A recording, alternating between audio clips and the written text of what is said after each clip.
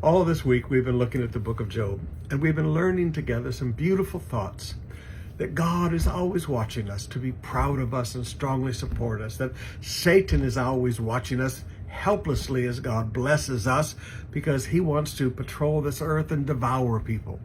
And we've learned that we can make decisions by our lifestyle. Do we either make God proud of us as he watches us, or do we amuse and entertain Satan as he watches us? But what is this battle all about? It's all about God's blessing upon our lives. In chapter 1, verse 1, it said that Job was in fact the richest man in the entire area. In verse 9, Satan replies to the Lord, "But Job has good reason to fear God, for you've always put a wall of protection around him, his home and his property, and you've made him prosperous in everything he does. Look at how rich he is." Satan was really upset because God had poured out blessing after blessing after blessing upon Job's life and then protected those blessings. Satan couldn't devour anything in his life. This is what the battle is all about. God made Job very rich. Satan wanted to destroy it, and God comes and restores it twofold in chapter 42, verse 10. That's what the whole battle is about. Now, beloved, two things I want you to see today. Number one, you need to get over your fear of God blessing you. Money is not going to corrupt you. The love of money will destroy you, but having money, God wants to prosper you. Well, Pastor, I'm afraid I hear all these people speaking against the prosperity gospel. I don't preach the prosperity gospel. I preach the gospel of Jesus Christ.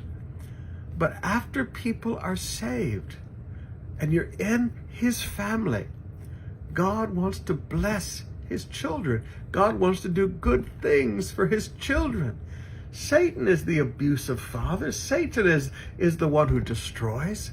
God wants to give good gifts to his children. So get over your fear of prospering and allow God to bring blessing into your life. Now, beloved, you need to just back up a little bit and recognize in this world, Satan wants to have a two-class society, the very rich and the very poor. That way they're easy to control. But God's family is very different. God wants to bless and prosper his children. So yeah, this is what the battle's about. You need to open up your life and say, "Father, bless me. The blessings of the Lord maketh rich, and he has no trouble to it." Abraham was wealthy, and he was called a friend of God, man of great faith. Yes, Isaac was wealthy. Yes, and Joseph. But now Joseph reminds us, wealth and prosperity look different at different stages of our life. As a slave, God prospered him. As a warden in a prison, God prospered him. And as a great world leader, God prospered him. But at each stage, it looks different. So you can't have one standard definition of success. But know that God will give you success, and God will prosper you.